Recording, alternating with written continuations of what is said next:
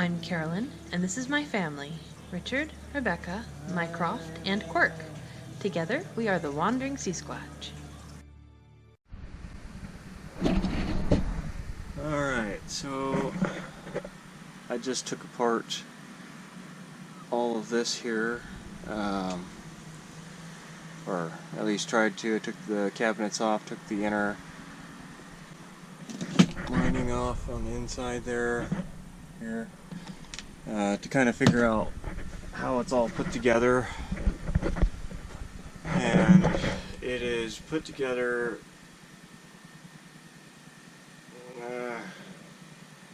poorly, I guess, is the word I'm looking for. But poorly also equals hard as hell to get off.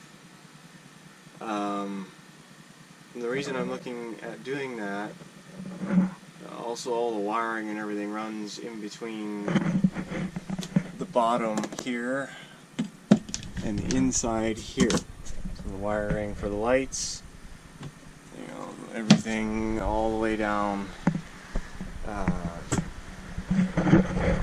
is in there. So the reason that I'm doing that, I'm investigating how to take that out of there, is because behind here, all that's holding this together is foam, essentially. The wood that's in here is this. This is actually a piece from right underneath here. I pulled the window frame apart. It just comes apart with all these little screws. This bezel comes off, and the window goes out that way. But this is all that this camper is consisted of. Is one layer of this on the inside, foam on the other side of that, and then another layer of this on the outside, and then a skin of fiberglass on the other side. But where this stuff, as light as it is, when it gets wet and rots, it quite literally just, I mean, that's essentially compost. That's there is no integral strength left in most of this. So what I'm trying to figure out is how far do I want to go into this project without going bankrupt and losing my mind. Because underneath that window, this window for sure, not quite as bad as the kitchen window, but definitely could use some TLC there.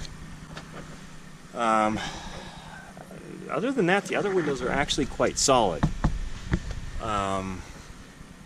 with the exception of the rear. The rear, the floor is pretty much shot. It's better than anticipated in here, for sure. The outside is completely shot. The corner of the RV here is just falling apart, quite literally. There's essentially a hole right there. But everywhere else, for the most part, is solid. And there's some water damage, but it's solid. So this area here, particularly here, and behind here a little bit, needs to be taken care of. And then the other bad area is right in here.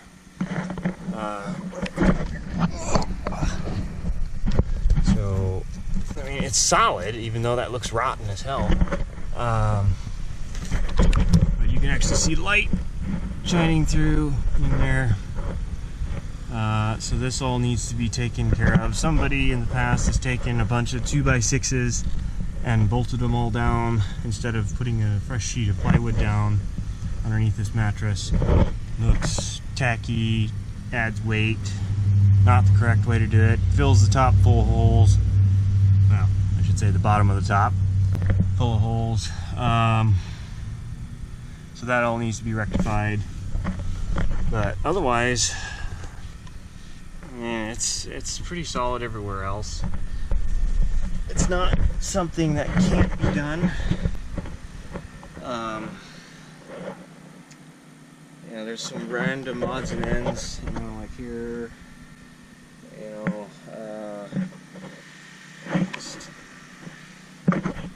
weird stuff. That panel down there underneath the table is where somebody had tried to put a speaker and drilled a crap ton of holes behind that and used a vent to cover it. Kind of an ingenious way to do so, but now I'm stuck with a vent to aerate underneath the seat, but that's alright, I suppose. We'll call it the fart vent.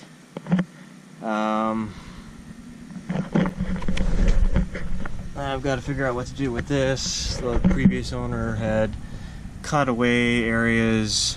One of these here got rid of it and created this monstrous hole here, maybe for a microwave, but I doubt it, because they had a big DVD player up in this corner, TV mount here. I mean, they put a lot of holes in this thing, if you haven't figured out by now. But, I mean, in general, fairly solid. That floor there is shot. The rest of the floor is okay, but I need to cut that out and take the sheeter out. Kind of get things squared away there. Because the last thing you want to do while going down the road is fall through while doing your business. But, yeah, main concern is this area. I'm going to have to pull this. Luckily, it's not all that bad. We've got 4 screws. We got technically 3 screws and 1 nut here on both sides, and the stove should slide out after I disconnect the gas and everything from the back side, which there is an access from the outside. Sink comes out. There's secures on the bottom, so I can undo the wing nuts, and the sink, after I pull the hoses and everything, should theoretically come out. But we'll see. It's always easier said than done. And I am still debating on what to do as far as all this rot over here, because it does extend down. It is not as bad down here as it is up here by the windowsill, and I would like to replace the countertops, not just because it's falling apart, but just to make it ours. And this screams 1980s. It's 2019 now, so time for an update.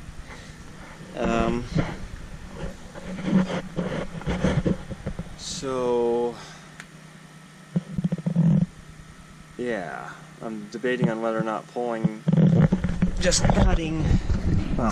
all this out here, at least the top, stove, sink, and cutting all this, getting rid of all this crap that's rotted away, and cutting it down probably 2-3 inches past the sink, and flush up. Well, it's actually not bad up here. A little bit around here, so maybe like right here, cutting it, and it separates here, and just a little bit past this edge here. And just taking this entire panel out on the inside, replacing it with a new panel, cutting out where it needs to be for the window, and voila, we have solid wood in this area once more. The reason that I'm contemplating that is, one, for aesthetics, because trying to paint over any of this is not an option. And 2, I'm planning on having the outside dealt with, because the outside is also suffering from some rot. Getting the outside taken care of, and then not worrying about the structural part of the inside, because it'd be taken care of on the outside. But I don't know. The more that I talk about it and kind of put my thoughts into words, as much as I don't want to do it, I may end up ripping this entire thing out. Heater, stove, sink, hot water heaters down underneath this. I may end up having to do all that and getting this section of wall taken care of.